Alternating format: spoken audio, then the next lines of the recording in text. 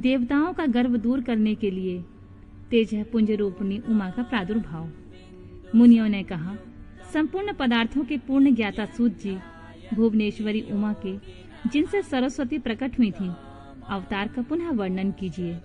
वे देवी पर ब्रह्मा मूल प्रकृति ईश्वरी निराकार होती हुई भी साकार तथा नित्यानंदमयी सती कही जाती हैं।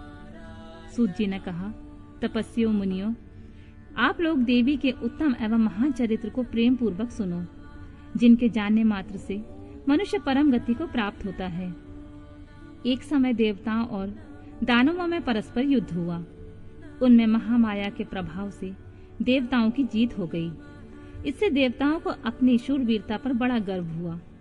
वे आत्म प्रशंसा करते हुए इस बात का प्रचार करने लगे कि हम लोग धन्य हैं, धन्यवाद के योग्य हैं, असुर हमारा क्या कर लेंगे। वे हम लोगों का अत्यंत दुस्सह प्रभाव देखकर भयभीत हो भाग चलो कहते हुए पाताल लोक में घुस गए। हमारा बल अद्भुत है, हम में आश्चर्यजनक तेज है। हमारा बल और तेज दैत्य कुल का विनाश करने में समर्थ है। अहो, देवताओं का कैसा सौभाग्य है। इस प्रकार वे जहां तहां डींग हाँकने लगे। तदनंतर उसी समय उनके समक्ष तेज का एक महान पुंज प्रकट हुआ, जो पहले उन्होंने कभी नहीं देखा था। उसे देखकर सब देवता विस्मय से भर गए। वे रुंधे हुए गले से परस्पर पूछने लगे, यह क्या है, यह क्या है। उन्हें यह पता नहीं था कि वह श्यामा भगवती उमा का उत्कृष्ट प्रभाव है, जो देवताओं का अभिमान चूर्ण करने वाला है। उस समय देवराज इंद्र ने देवताओं को आज्ञा दी, तुम लोग जाओ और यथार्थ रूप से परीक्षा करो कि यह कौन है। देवेंद्र के भेजने से वासुदेव औस तेजपुंज के निकट गए। तब उस तेजो राशि ने उन्हें संबोधित करके पूछा, अजी तुम कौन हो। उस महान तेज की इस प्रकार पूछने पर वायु देवता अभिमान पूर्वक बोले, मैं वायु हूँ, संपूर्ण जगत का प्राण हूँ। मुझ सर्वधार परमेश्वर में ही यह स्थावर जंगल रूप सारा जगत ओतप्रोत है। मैं ही समस्त विश्व का संचालन करता हूँ। तब उस महातेज ने कहा, वायु, यदि तुम जगत के संचालन में समर्थ हो तो यह तृण रखा हुआ है, इसे अपनी इच्छा के अनुसार चलाओ तो सही। तब वायु देवता ने सभी उपाय करके अपनी सारी शक्ति लगा दी, परंतु वह तिनका अपने स्थान से तिल भर भी ना हटा। इससे वायुदेव लज्जित हो गए। वे चुप हो इंद्र की सभा में लौट गए और अपनी पराजय के साथ वहां का सारा वृतांत उन्होंने सुनाया। वे बोले, देवेंद्र, हम लोग झूठे ही अपने को सर्वेश्वर होने का अभिमान रखते हैं, क्योंकि किसी छोटी सी वस्तु का भी हम कुछ नहीं कर सकते। तब इंद्र ने बारी बारी से समस्त देवताओं को भेजा। जब वे उसे जानने में समर्थ न हो सके, तब इंद्र स्वयं गए। इंद्र को आते देख वह अत्यंत दुस्सह तेज तत्काल अदृश्य हो गया। इससे इंद्र बड़े विस्मित हुए और मन ही मन बोले, जिसका ऐसा चरित्र है उसी सर्वेश्वर की मैं शरण लेता हूँ। सहस्र नेत्रधारी इंद्र बारंबार इसी भाव का चिंतन करने लगे। इसी समय निश्चल करुणामय शरीर धारण करने वाली सच्चिदानंद स्वरूपिणी शिव प्रिया उमा उन देवताओं पर दया करने और उनका गर्व हरने के लिए चैत्र शुक्ल नवमी को दोपहर में वहां प्रकट हुई। वे उस तेज पुंज के बीच में विराज रही थीं, अपनी कांति से दसों दिशाओं को प्रकाशित कर रही थीं और समस्त देवताओं को सुस्पष्ट रूप से यह जता रही थीं कि मैं साक्षात परब्रह्म परमात्मा ही हूँ। ये चारों हाथों में क्रमशः वर, पाश, अंकुश और अभय धारण किए हुए थीं। श्रुतियां साकार होकर उनकी सेवा करती थीं। वे बड़ी रमणीय दिखती थीं तथा अपने नूतन यौवन पर उन्हें बड़ा गर्व था। वे लाल रंग की साड़ी पहने हुए थीं।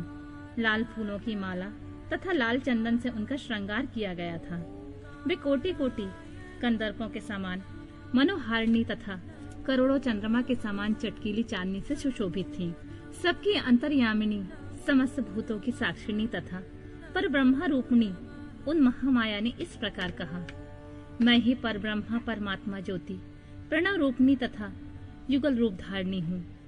मैं ही सब कुछ हूँ, मुझ में भिन्न कोई पदार्थ नहीं है। मैं निराकार होकर भी साकार हूँ, सर्व तत्व रूपिणी हूँ। मेरे गुण अतर्क हैं, मैं नित्य स्वरूपा तथा कार्य कारण रूपनी हूँ। मैं ही कभी प्राण वल्लभा का आकार धारण करती हूँ और कभी प्राण वल्लभ पुरुष का, कभी स्त्री और पुरुष दोनों रूपों में एक साथ प्रकट होती हूँ। यही मेरा अर्धनारीश्वर रूप है। मैं सर्वरूपणी ईश्वरी हूँ। मैं ही सृष्टिकर्ता ब्रह्मा और मैं ही जगत पालक विष्णु हूँ तथा मैं ही संहारकर्ता रुद्र हूँ। संपूर्ण विश्व को मोह में डालने वाली महामाया मैं ही हूँ। काली, लक्ष्मी और सरस्वती आदि संपूर्ण शक्तियाँ तथा ये सकल कलाएं मेरे अंश से ही प्रकट हुई हैं। मेरे ही प्रभाव से तुम लोगों ने संपूर्ण दैत्यों पर विजय पाई है। मुझ सर्व विजयनी को ना जानकर तुम लोग व्यर्थ ही अपने को सर्वेश्वर मान रहे हो। जैसे इंद्रजाल करने वाला सूत्रधार कठपुतली को नचाता है, उसी प्रकार मैं ईश्वर ही समस्त प्राणियों को नचाती हूँ। मेरे भय से हवा चलती है, मेरे भय से ही अग्निदेव सबको चलाते हैं तथा मेरा भय मानकर ही लोकपालगण निरंतर अपने अपने कर्मों में लगे रहते हैं। मैं सर्वथा स्वतंत्र हूँ और अपनी लीला से ही कभी देव समुदाय को विजय बनाती हूँ तथा कभी दैत्यों को। माया से परे जिस अविनाशी परमात्मा धाम का श्रुतियां वर्णन करती हैं, वह मेरा ही रूप है। सगुण और निर्गुण ये दोनों प्रकार के मेरे रूप माने गए हैं। इनमें तो प्रथम तो माया युक्त है और दूसरा माया रहित। देवताओं, ऐसा जानकर गर्व छोड़ो और मुझ सनातनी प्रकृति की प्रेम पूर्वक आराधना करो। देवी का यह करुणा युक्त वचन सुनकर देवता भक्ति भाव से मस्तक झुकाकर उन परमेश्वरी की स्तुति करने लगे। जगदेश्वरी, मुझे क्षमा करो। परमेश्वरी, प्रसन्न हो। माते, ऐसी कृपा करो जिससे हमें फिर कभी गर्व ना हो। तब से सब देवता गर्व छोड़कर एकाग्रचित हो पूर्ववत विधि पूर्वक उमा देवी की आराधना करने लगे। ब्राह्मणों, इस प्रकार मैंने तुमसे उमा के प्रादुर्भाव का वर्णन किया है, जिसके श्रवण मात्र से परम पद की प्राप्ति होती है।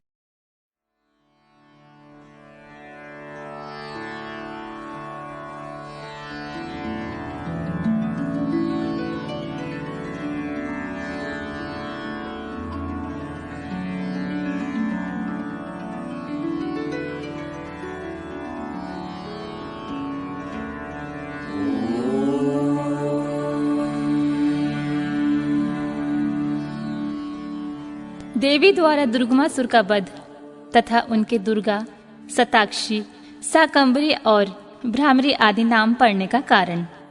मुनियों ने कहा, महाप्रागसूत जी, हम सब लोग प्रतिदिन दुर्गा जी का चरित्र सुनना चाहते हैं, अतः आप और किसी अद्भुत लीला तत्व का हमारे समक्ष वर्णन कीजिए। सर्वज्ञ शिरोमणि सूत, आपके मुखारबिंद से नाना प्रकार की सुधा सादृश मधुर कथाएं सुनते सुनते हमारा मन कभी नहीं तृप्त होता। सूत जी बोले, मुनियों, दुर्गम नाम से विख्यात एक असुर था जो रुरु का महाबलवान पुत्र था। उसने ब्रह्मा जी के वरदान से चारों वेदों को अपने हाथ में कर लिया था तथा देवताओं के लिए अजय बल पाकर उसने भूतल पर बहुत से ऐसे उत्पात किए जिन्हें सुनकर देवलोक में देवता भी कंपित हो उठे। वेदों के अदृश्य हो जाने पर सारी वैदिक क्रियाएं नष्ट हो चली। उस समय ब्राह्मण और देवता भी दुराचारी हो गए।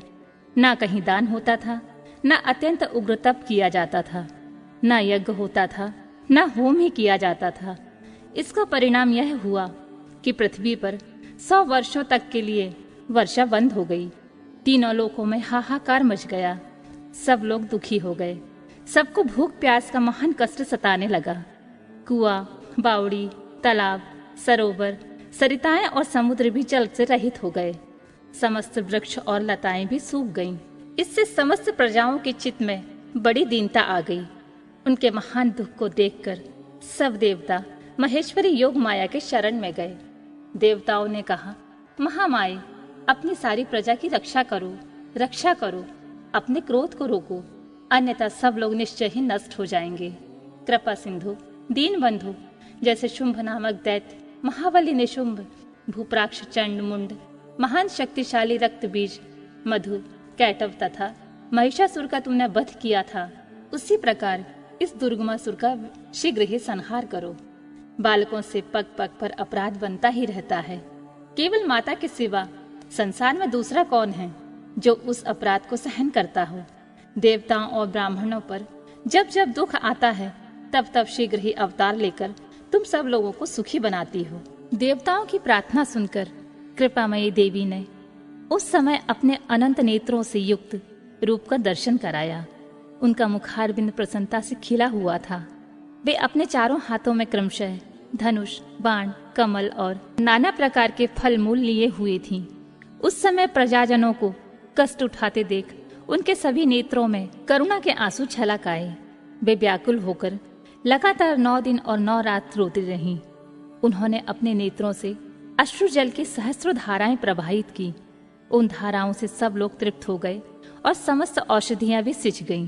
सरिताओं और समुद्र में जल अगाध भर गया। पृथ्वी पर साग और फल मूल के अंकुर उत्पन्न होने लगे। देवी शुद्ध हृदय वाले महात्मा पुरुषों को अपने हाथों में रखे हुए फल बांटने लगी।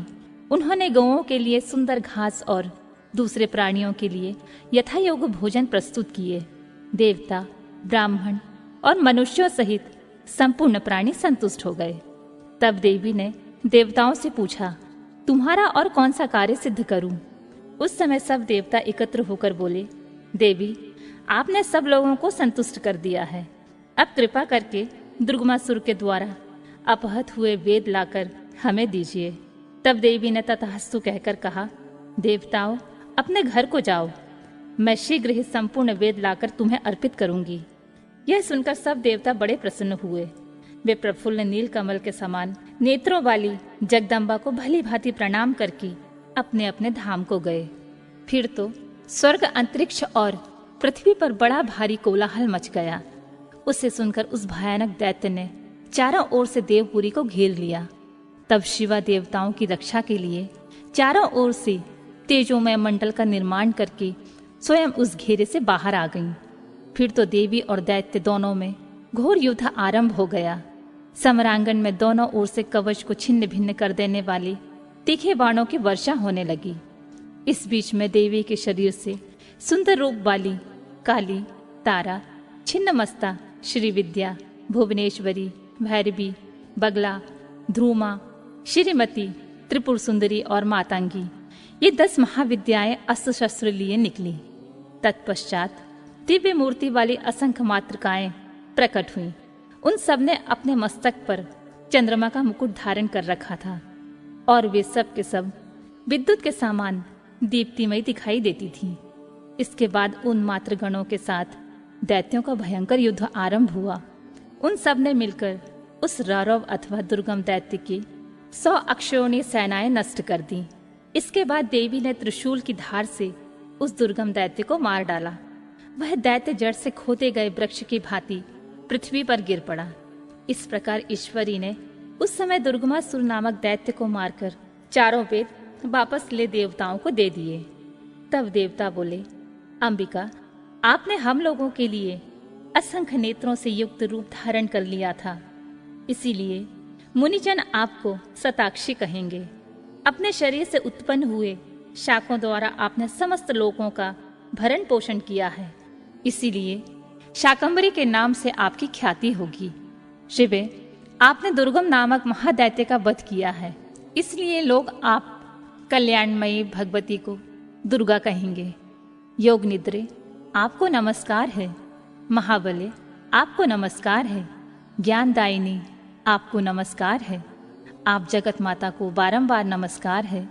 तत्वमसि आदि महावाक्यों द्वारा जिन परमेश्वरी का ज्ञान होता है, उन अनंत कोटि ब्रह्मांडों का संचालन करने वाली भगवती दुर्गा को बारंबार नमस्कार है। माता, आप तक मन, वाणी और शरीर की पहुंच होनी कठिन है। सूर्य, चंद्रमा और अग्नि, ये तीनों आपके नेत्र हैं। हम आपके प्रभाव को नहीं जानते, इसलिए आपकी स्तुति करने में असमर्थ हैं। सुरेश्वरी माता, शताक्षी को छोड़कर दूसरा कौन है जो हम जैसे अमरों पर दृष्टिपात करके ऐसी दया करे? देवी, आपको सदा ऐसा ही प्रयत्न करना चाहिए जिससे तीनों लोग निरंतर विघ्न बाधाओं से तिरस्कृत न हो। आप हमारे शत्रुओं का नाश करती रहें। देवी ने कहा, देवताओं, जैसे बछड़ों को देखकर गोएं व्यग्र हो उतावली के साथ उनकी ओर दौड़ती हैं, उसी तरह मैं भी तुम सबको देखकर व्याकुल होकर दौड़ आती हूँ। तुम्हें ना देखने में मेरा एक क्षण भी युग के समान बीतता है। मैं तुम्हें अपने बच्चों के समान समझती हूँ और तुम्हारे लिए अपने प्राण भी दे सकती हूँ। तुम लोग मेरे प्रति भक्ति भाव से सुशोभित हो, अतः तुम्हें कोई भी चिंता नहीं करनी चाहिए। मैं तुम्हारी सारी आपत्तियों का निवारण करने के लिए सदैव उद्यत हूँ। जैसे पूर्व काल में तुम्हारी रक्षा के लिए मैंने दैत्यों को मारा था, उसी प्रकार आगे भी असुरों का संहार करूंगी। इसमें तुम्हें संशय नहीं करना चाहिए। यह मैं सत्य सत्य कहती हूँ। भविष्य में जब पुनः शुंभ और निशुंभ नाम के दूसरे दैत्य होंगे, उस समय मैं यशोमयी देवी नंद पत्नी यशोदा के गर्भ से योनिज रूप धारण करके गोकुल में उत्पन्न होंगी और यथा समय उन असुरों का वध करूंगी। नंद की पुत्री के होने के कारण उस समय मुझे लोग नंदजा कहेंगे। जब मैं भ्रमर का रूप धारण करके अरुण नामक असुर का वध करूंगी, तब संसार के मनुष्य मुझे भ्रामरी कहेंगे। फिर मैं भीम भयंकर रूप धारण करके राक्षसों को खाने लगूंगी। उस समय मेरा भीमा देवी नाम प्रसिद्ध होगा। जब जब पृथ्वी पर असुरों की ओर से बाधा उत्पन्न होगी, तब तब मैं अवतार लेकर प्रजाजनों का कल्याण करूंगी। इसमें संशय नहीं है। जो देवी शताक्षी कही गई है, वे शाकंभरी ही मानी गई हैं तथा उन्हीं को दुर्गा भी कहा गया है। तीनों नामों द्वारा एक ही व्यक्ति का प्रतिपादन होता है। इस पृथ्वी पर महेश्वरी शताक्षी के समान दूसरा कोई दयालु देवता नहीं है, क्योंकि वे समस्त प्रजाओं को संतृप्त देख 9 दिन तक रोती रह गई थी। देवी के क्रिया योग का वर्णन, देवी की मूर्ति एवं मंदिर का निर्माण, स्थापन और पूजन का महत्व, परा अम्बा की श्रेष्ठता, विभिन्न मासों तथा तिथियों में देवी के व्रत, उत्सव और पूजन आदि के फल तथा इस संहिता के श्रवण एवं पाठ की महिमा।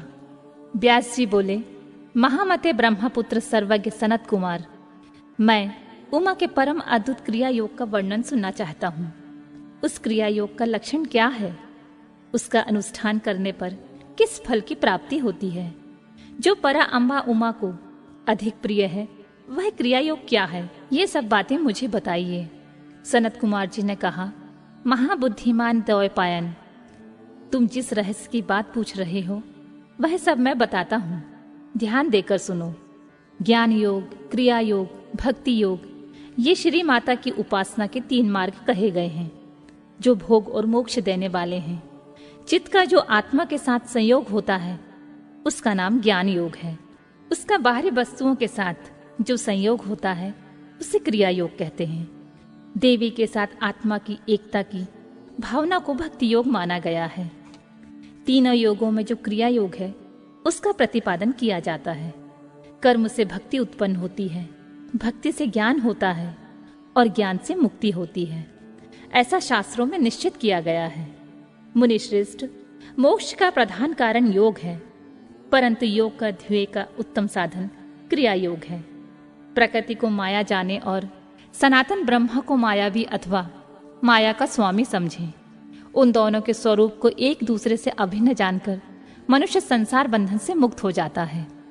काली नंदन, जो मनुष्य देवी के लिए पत्थर, लकड़ी अथवा मिट्टी का मंदिर बनाता है, उसके पुण्य फल का वर्णन सुनो। प्रतिदिन योग के द्वारा आराधना करने वाले को जिस महान फल की प्राप्ति होती है, वह सारा फल उस पुरुष को मिल जाता है। जो देवी के लिए मंदिर बनवाता है, श्री माता का मंदिर बनवाने वाला धर्मात्मा पुरुष अपनी पहली बीती हुई तथा आगे आने वाली 1000 पीढ़ियों का उद्धार कर देता है। करोड़ों जन्मों में किए हुए थोड़े या बहुत से पाप जो शेष रह जाते हैं, वे श्री माता के मंदिर का निर्माण आरंभ करते ही क्षण भर में नष्ट हो जाते हैं। जैसे नदियों में गंगा, संपूर्ण नदों में सोनभद्र, क्षमा में पृथ्वी, गहराई में समुद्र और समस्त ग्रहों में सूर्य देव का विशिष्ट स्थान है, उसी प्रकार समस्त देवताओं में श्री परा अम्बा श्रेष्ठ मानी गई हैं। वे समस्त देवताओं में मुख्य हैं। जो उनके लिए मंदिर बनवाता है, वह जन्म जन्म में प्रतिष्ठा पाता है। काशी, कुरुक्षेत्र, प्रयाग, पुष्कर, गंगा सागर तट, नैमिषारण्य, अमरकंटक पर्वत, परम पुण्यमय श्री पर्वत, ज्ञान पर्वत, गौकर्ण, मथुरा, अयोध्या और द्वारका इत्यादि पुण्य प्रदेशों में अथवा जिस किसी भी स्थान में माता का मंदिर बनवाने वाला मनुष्य संसार बंधन से मुक्त हो जाता है। मंदिर में ईंटों का जोड़ जब तक या जितने वर्षों तक रहता है उतने 1000 वर्षों तक वह पुरुष मणिद्वीप में प्रतिष्ठित होता है। जो समस्त शुभ लक्षणों से संपन्न उमा की प्रतिमा बनवाता है वह निर्भय होकर अवश्य उनके परम धाम में जाता है। शुभ ऋतु, शुभ ग्रह और शुभ नक्षत्र में देवी की मूर्ति की स्थापना करके योग माया के प्रसाद से मनुष्य कृतकृत हो जाता है। कल्प के आरंभ से लेकर अंत तक कुल में जितनी पीढ़ियां बीत गई हैं और जितनी आने वाली हैं उन सबको मनुष्य सुंदर देवी मूर्ति की स्थापना करके तार देता है। जो केवल जगत योनि परा अम्बा की शरण लेते हैं उन्हें मनुष्य नहीं मानना चाहिए। वे साक्षात देवी के गण हैं जो चलते फिरते, सोते जागते अथवा खड़े होते समय उमा इस 2 शब्द का नाम उच्चारण करते हैं वे शिवा के ही गण हैं। जो नित्य नैमित्तिक कर्म से पुष्प, धूप और दीपों द्वारा देवी परा शिवा का पूजन करते हैं वे शिवा के धाम में जाते हैं। जो प्रतिदिन गोबर या मिट्टी से देवी के मंदिर को लीपते हैं अथवा उसमें झाड़ू देते हैं वे भी उमा के धाम में जाते हैं। जिन्होंने देवी के परम उत्तम एवं रमणीय मंदिर का निर्माण कराया है उनके कुल के लोगों को माता उमा सदा आशीर्वाद देती हैं। वे कहती हैं, ये लोग सदा मेरे हैं, अतः मुझ में प्रेम के भागी बने रहकर 100 वर्षों तक जिए और इन पर कभी कोई आपत्ति न आए। इस प्रकार श्री माता दिन रात आशीर्वाद देती हैं। जिसने महादेवी उमा की शुभ मूर्ति का निर्माण कराया है उसके कुल के 10,000 पीढ़ियों तक के लोग मणिद्वीप में सम्मान पूर्वक रहते हैं। महामाया की मूर्ति को स्थापित करके उसकी भली भांति पूजा करने के पश्चात साधक जिस जिस मनोरथ के लिए प्रार्थना करता है उसको अवश्य प्राप्त कर लेता है। जो श्री माता को स्थापित की हुई उत्तम मूर्ति को मधु मिश्रित घी से नहलाता है उसके पुण्य फल की गणना कौन कर सकता है। चंदन, अगुरु, कपूर, जटामांसी तथा नागरमोथा आदि से युक्त जल तथा एक रंग की गौयों के दूध से परमेश्वरी को नहलाए। तत्पश्चात अष्टदशांग धूप के द्वारा अग्नि में उत्तम आहुति दे तथा घृत और कपूर सहित बत्तियों द्वारा देवी की आरती उतारे। कृष्ण पक्ष की अष्टमी, नवमी, अमावस्या में अथवा शुक्ल पक्ष की पंचमी और दशमी तिथि में गंध पुष्प आदि उपचारों द्वारा जगदम्बा की विशेष पूजा करनी चाहिए। रात्रि सूक्त, श्री सूत्र अथवा देवी सूत्र को पढ़ते या मूल मंत्र का जाप करते हुए देवी की आराधना करनी चाहिए। विष्णुकांता और तुलसी को छोड़कर शेष सभी पुष्प देवी के लिए प्रीतिकारक जानने चाहिए। कमल का पुष्प उनके लिए विशेष प्रीतिकारक होता है। जो देवी को सोने चांदी के फूल चढ़ाता है वह करोड़ों सिद्धों से युक्त उनके परम धाम में जाता है। देवी के उपासकों को पूजन के अंत में सदा अपने अपराधों के लिए क्षमा प्रार्थना करनी चाहिए। जगत को आनंद प्रदान करने वाली परमेश्वरी प्रसन्न हो इत्यादि वाक्यों द्वारा स्तुति एवं मंत्र पाठ करता हुआ देवी के भजन में लगा रहने वाला उपासक उनका इस प्रकार ध्यान करे। देवी सिंह पर सवार हैं, उनके हाथों में अभय एवं वर की मुद्राएं हैं तथा वे भक्तों को अभीष्ट फल प्रदान करने वाली हैं। इस प्रकार महेश्वरी का ध्यान करके उन्हें नैवेद्य के रूप में नाना प्रकार के पके हुए फल अर्पित करें। जो परमात्मा शंभु शक्ति का नैवेद्य भक्षण करता है वह मनुष्य अपने सारे पाप को धोकर निर्मल हो जाता है। जो चैत्र शुक्ल तृतीया को भवानी की प्रसन्नता के लिए व्रत करता है वह जन्म मरण के बंधन से मुक्त होकर परम पद को प्राप्त होता है। विद्वान पुरुष इस तृतीया को तोलोत्सव करें, उसमें शंकर सहित जगदम्बा उमा की पूजा करें। फूल, कुमकुम, वस्त्र, कपूर, अगुर, चंदन, धूप, दीप, नैवेद्य, पुष्पहार तथा अन्य गंध द्रव्यों द्वारा शिव सहित सर्व कल्याणकारी महामाया महेश्वरी श्री गौरी देवी का पूजन करके उन्हें झूले में झुलाएं।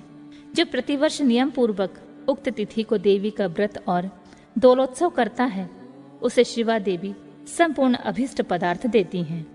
वैशाख मास के शुक्ल पक्ष में अक्षय तृतीया तिथि आती है।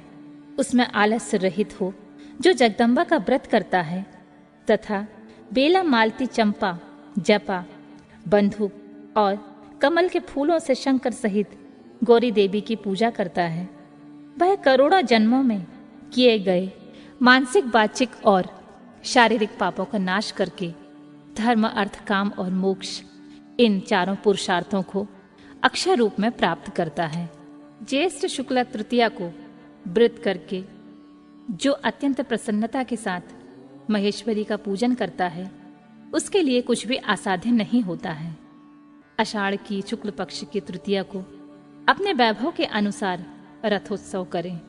यह उत्सव देवी को अत्यंत प्रिय है।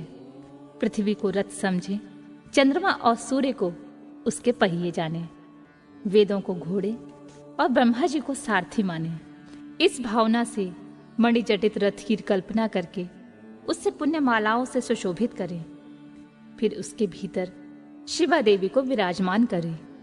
तत्पश्चात बुद्धिमान पुरुष यह भावना करे कि परा अम्बा उमा देवी संपूर्ण जगत की रक्षा के लिए उसकी देखभाल करने के निमित्त रथ के भीतर बैठी हैं। जब रथ धीरे धीरे चले तब जय जयकार करते हुए प्रार्थना करें, देवी दीन वत्सले, हम आपकी शरण में आए हैं, हमारी रक्षा कीजिए। इन वाक्यों द्वारा देवी को संतुष्ट करें और यात्रा के समय नाना प्रकार की बाजे बजवाएं। ग्राम या नगर की सीमा के अंत तक रथ को ले जाकर वहां उस रथ पर देवी की पूजा करें और नाना प्रकार के स्तोत्रों से उनकी स्तुति करके फिर उन्हें वहां से अपने घर वापस ले आएं। तदनंतर सैकड़ों बार प्रणाम करके जगदम्बा से प्रार्थना करें। जो विद्वान इस प्रकार देवी का पूजन, व्रत एवं रथोत्सव करता है वह इस लोक में संपूर्ण भोगों का उपभोग करके अंत में देवी के धाम को जाता है। श्रावण और भाद्रपद मास की शुक्ल तृतीया को जो विधि पूर्वक अम्बा का व्रत करता और पूजन करता है वह इस लोक में पुत्र, पौत्र और धन से संपन्न होकर सुख भोगता है तथा अंत में सब लोकों से ऊपर विराजमान उमालोक में जाता है। अश्विन मास के शुक्ल पक्ष में नवरात्र व्रत करना चाहिए।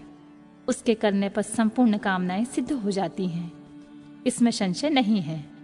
इस नवरात्र व्रत के प्रभाव का वर्णन करने में चतुरानन ब्रह्मा, पंचानन महादेव तथा षडानन कार्तिकेय भी समर्थ नहीं है। फिर दूसरा कौन समर्थ हो सकता है? मुनि श्रेष्ठ, नवरात्र व्रत का अनुष्ठान करके विरथ के पुत्र राजा सुरथ ने अपने खोए हुए राज्य को प्राप्त कर लिया था।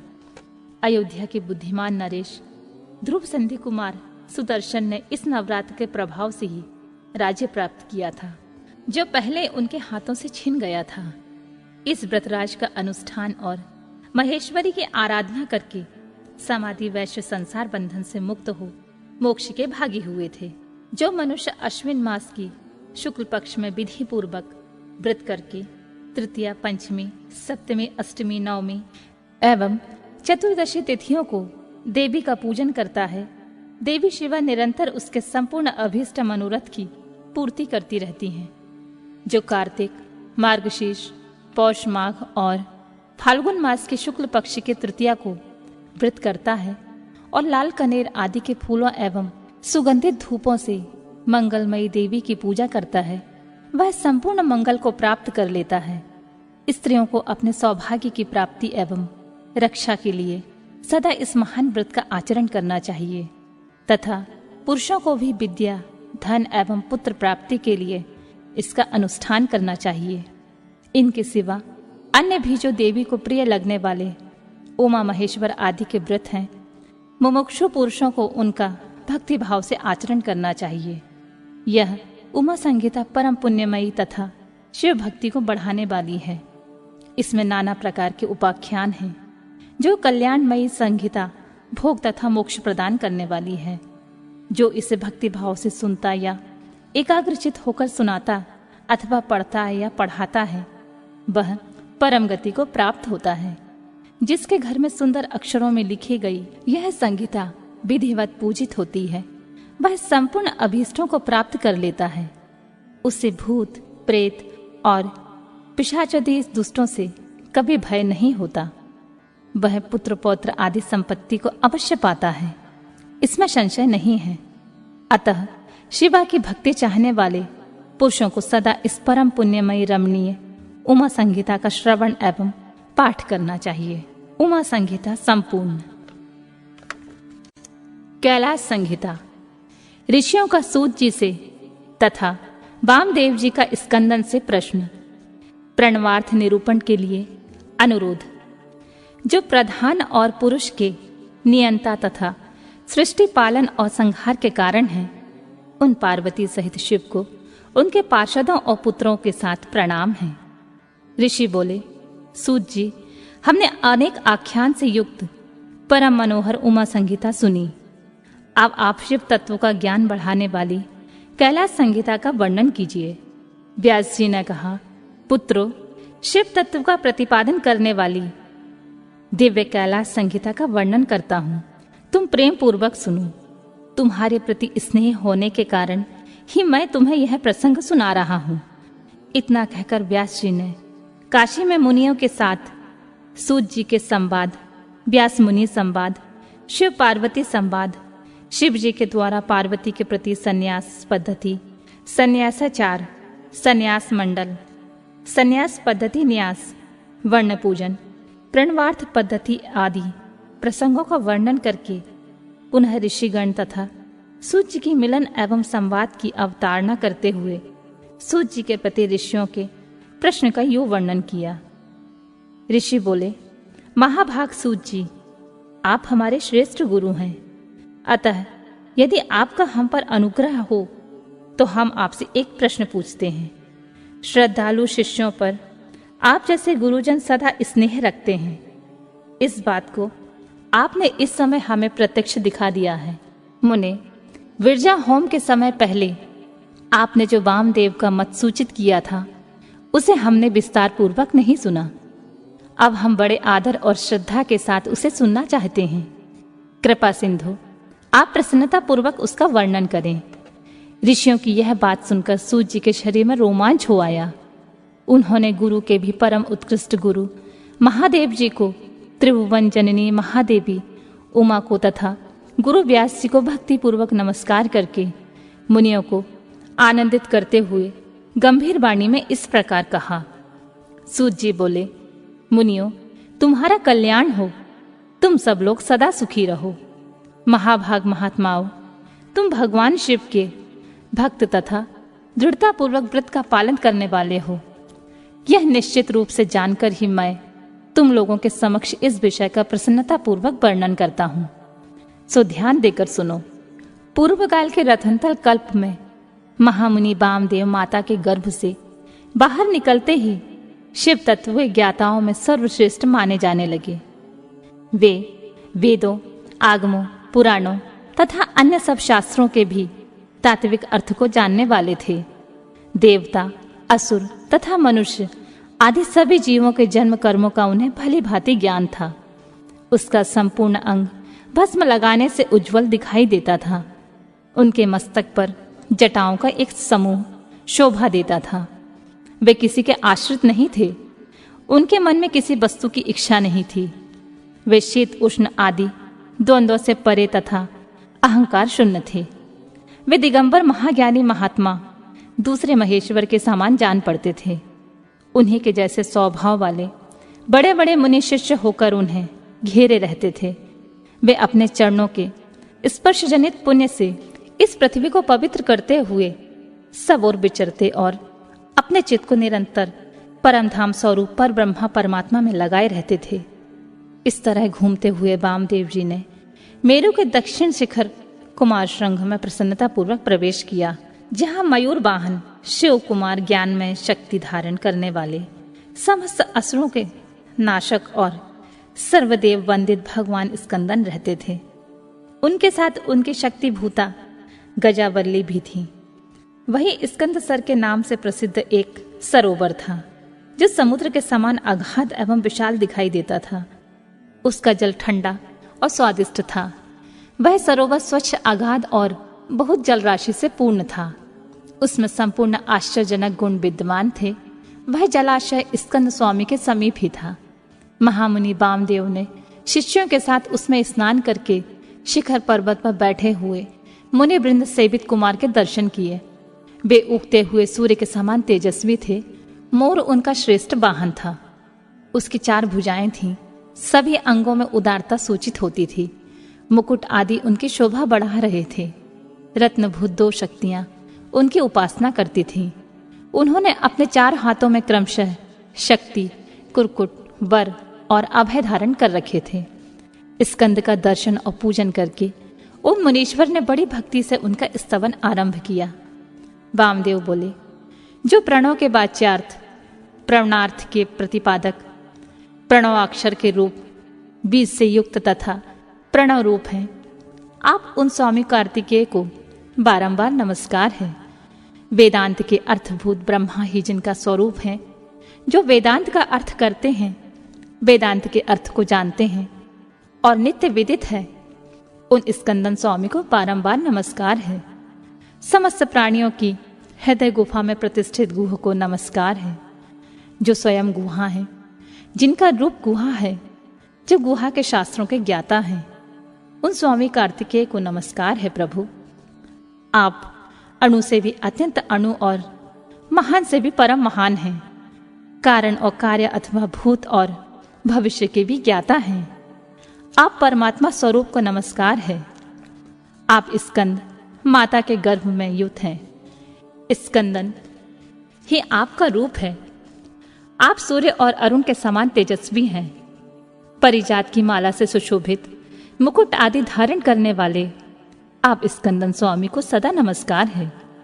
आप शिव के शिष्य और पुत्र हैं। शिव कल्याण देने वाले हैं, शिव को प्रिय हैं तथा शिवा और शिव के लिए आनंद की निधि हैं।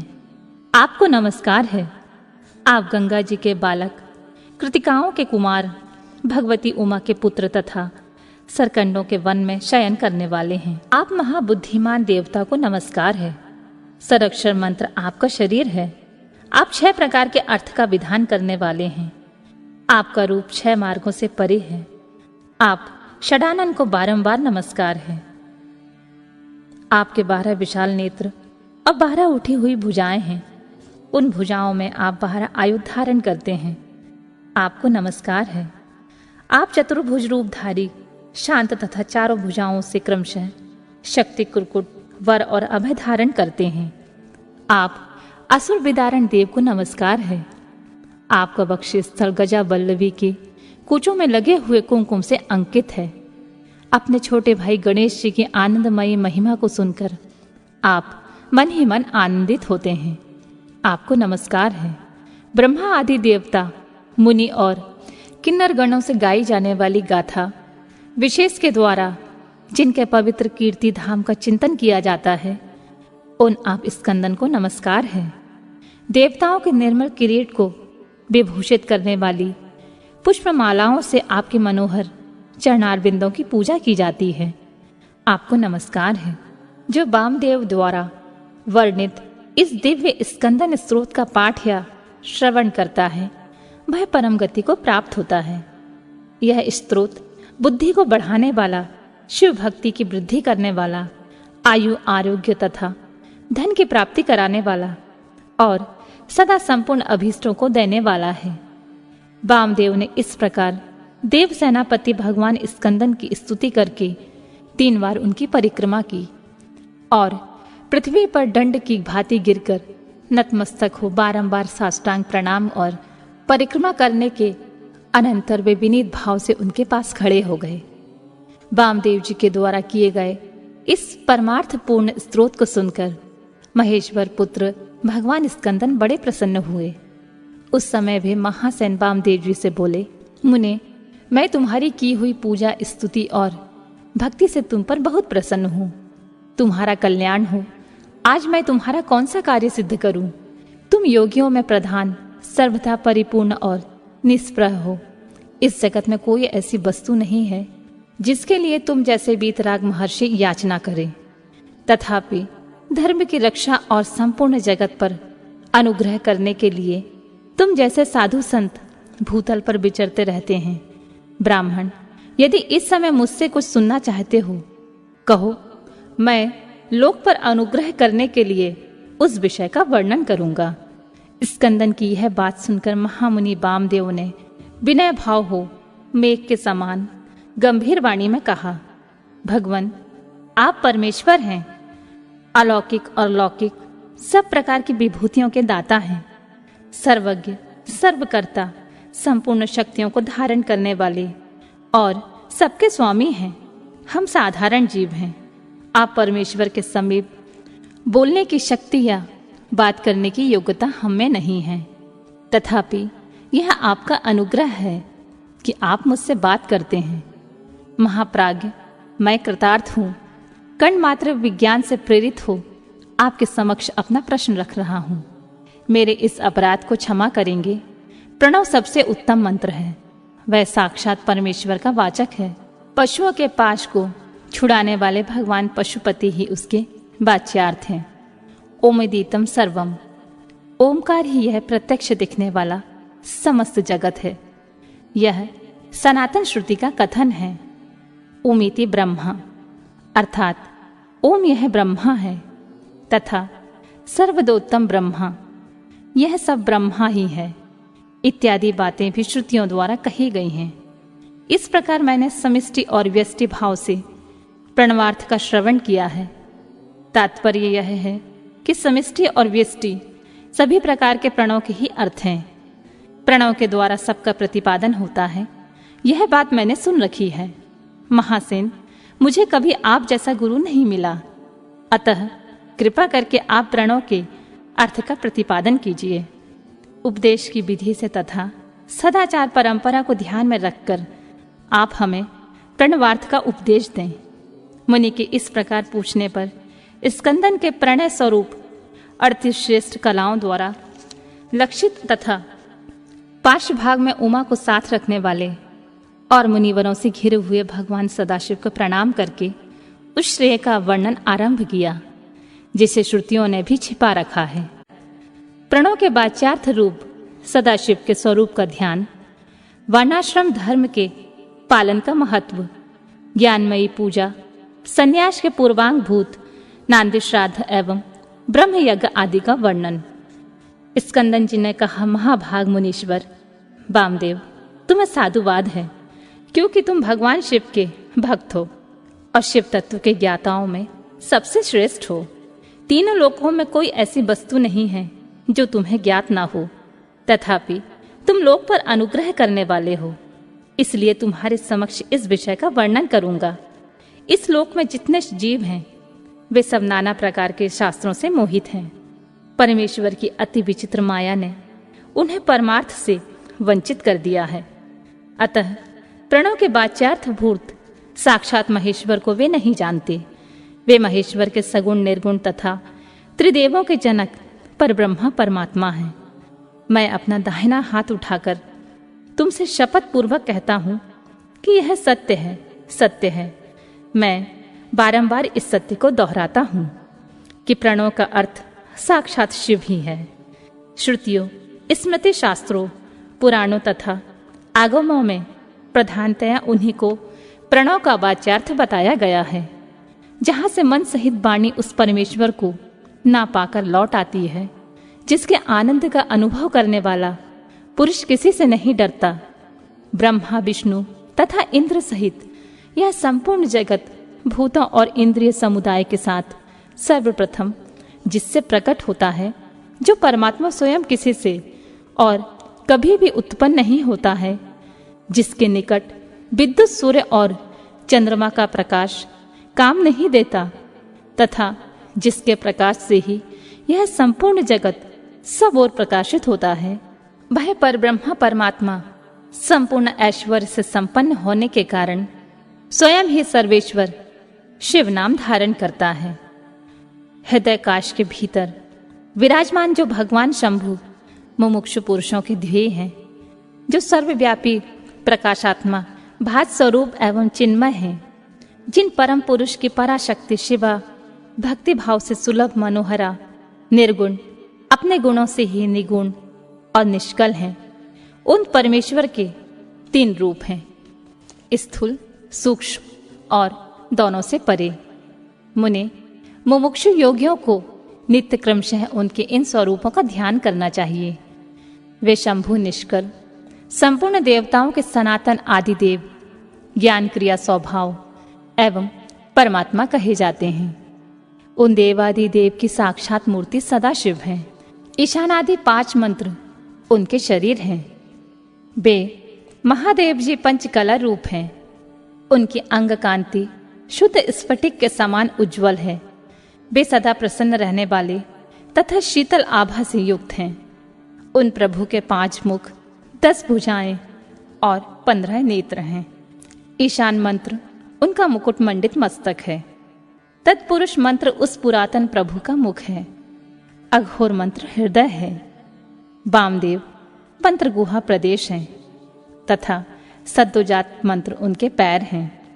इस प्रकार ये 5 मंत्र रूप हैं। वे ही साक्षात साकार और निराकार परमात्मा हैं। सर्वज्ञता आदि 6 शक्तियां उनके शरीर के 6 अंग हैं। वे शब्दादि शक्तियों से स्फुरित हृदय कमल के द्वारा सुशोभित हैं। वाम भाग में मनोजन्य नामक अपनी शक्ति से विभूषित हैं।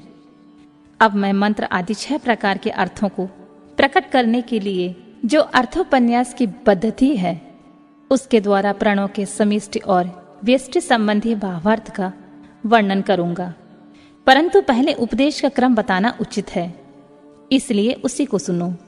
मुने, इस मानव लोक में 4 वर्ण प्रसिद्ध हैं।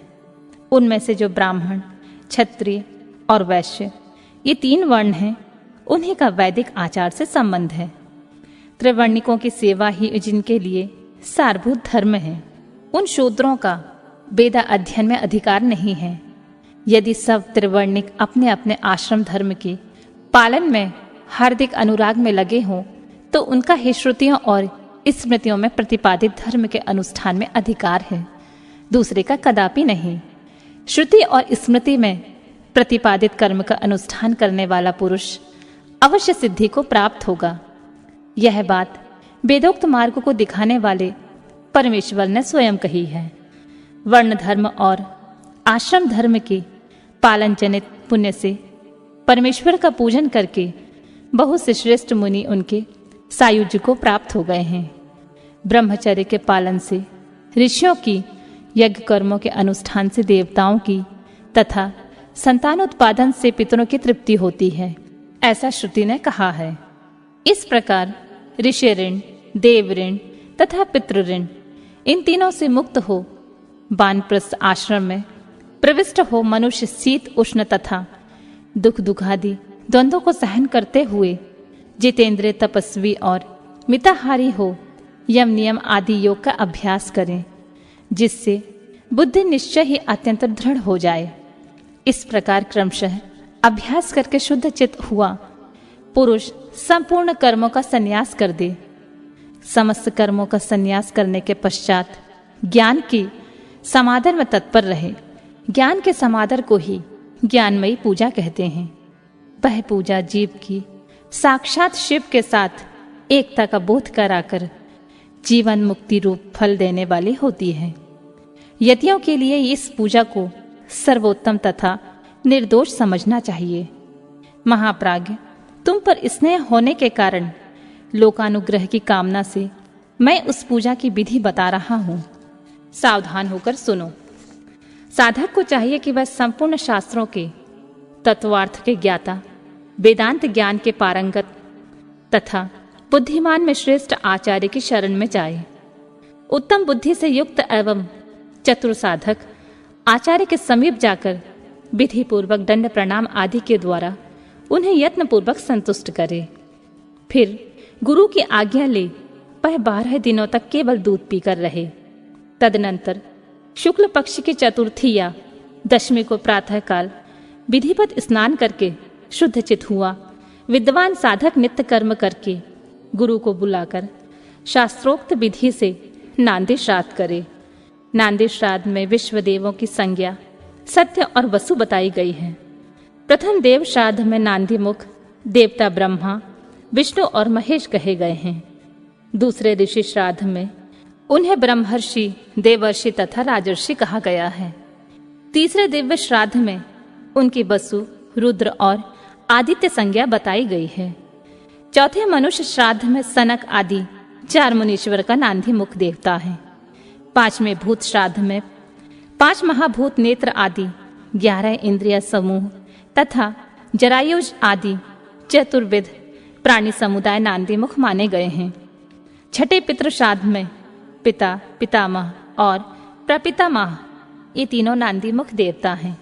सातवें मातृ श्राद्ध में माता, पितामही और प्रपितामही इन तीनों को नांदी मुख देवता बताया गया है। आठवें आत्म श्राद्ध में आत्मा, पिता, पितामह और प्रपितामह ये 4 नांदी मुख देवता कहे गए हैं। माता महात्मक श्राद्ध में मातामह, प्रमातामह और वृद्ध प्रमातामह ये तीनों नांदी मुख देवता सपत्नीक बताए गए हैं।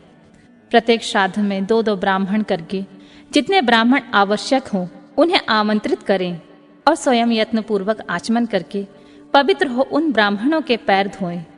उस समय इस प्रकार कहें, जो समस्त संपत्तियों की प्राप्ति के कारण आई हुई आपत्तियों के समूहों को नष्ट करने के लिए धूप केतु रूप तथा अपार संसार सागर से पार लगाने के लिए सेतु के समान है, वे ब्राह्मणों की चरण धूलियां मुझे पवित्र करें।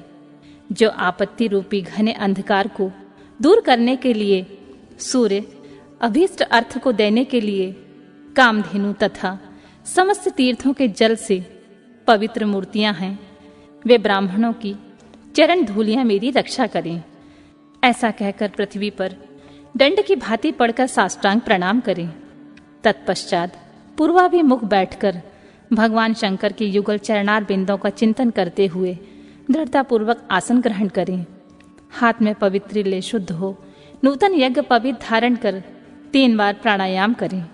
तदनंतर तिथि आदि का स्मरण करके इस तरह संकल्प करें, मेरे संन्यास का अंगभूत जो पहले विश्वदेव का पूजन, फिर देवादि अष्टविधि श्राद्ध तथा अंत में मातामह श्राद्ध है, उसे आप लोगों की आज्ञा ले मैं पार्वण की विधि से संपन्न करूंगा। ऐसा संकल्प करके आसन के लिए दक्षिण दिशा से आरंभ करके उत्तरोत्तर कुशों का त्याग करें। तत्पश्चात आचमन करके खड़ा हो वर्णक्रम का आरंभ करें।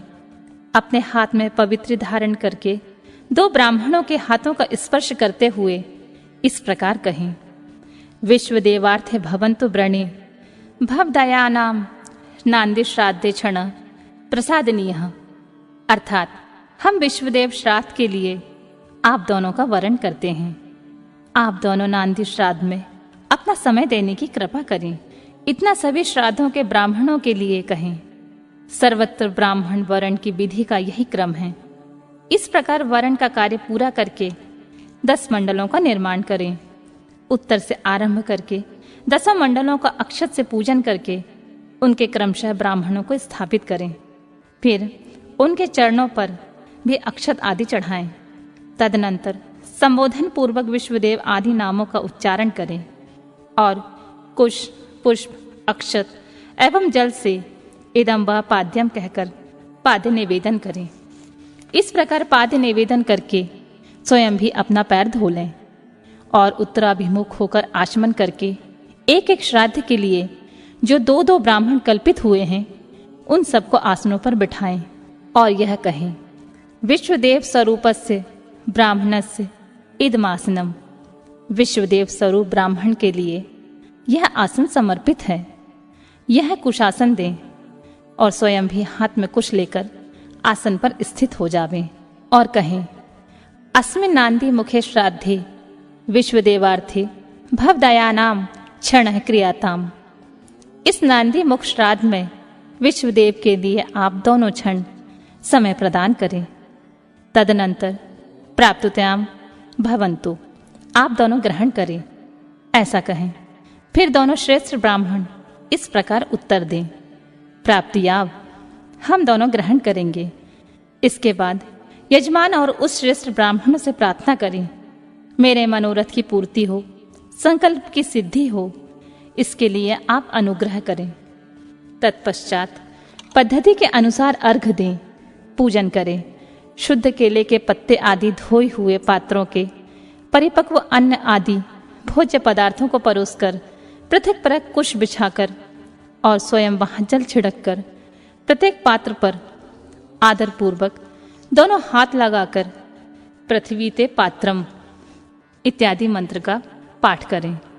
वहां स्थित हुए देवता आदि का चतुर्थ पर्यंत उच्चारण करके अक्षत सहित जल ले स्वाहा बोलकर उनके लिए अन्न अर्पित करें और अंत में नमम आदि का वाक्य का उच्चारण करें। सर्वत्र माता आदि के लिए भी अन्न अर्पण की यही विधि है और अंत में इस प्रकार प्रार्थना करें। जिनके चरणार बिंदों के चिंतन एवं नाम जप से न्यूनता पूर्ण अथवा अधूरा कर्म भी पूरा हो जाता है, उन सामने सदाशिव उमा महेश्वर की मैं वंदना करता हूँ। इसका पाठ करके कहें, ब्राह्मणों, मेरे द्वारा किया हुआ यह नांदी मुख श्राद्ध यथोक्त रूप से परिपूर्ण हो, यह आप कहें। ऐसी प्रार्थना के साथ उन श्रेष्ठ ब्राह्मणों को प्रसन्न करके उनका आशीर्वाद लें और अपने हाथ में लिया हुआ जल छोड़ दें।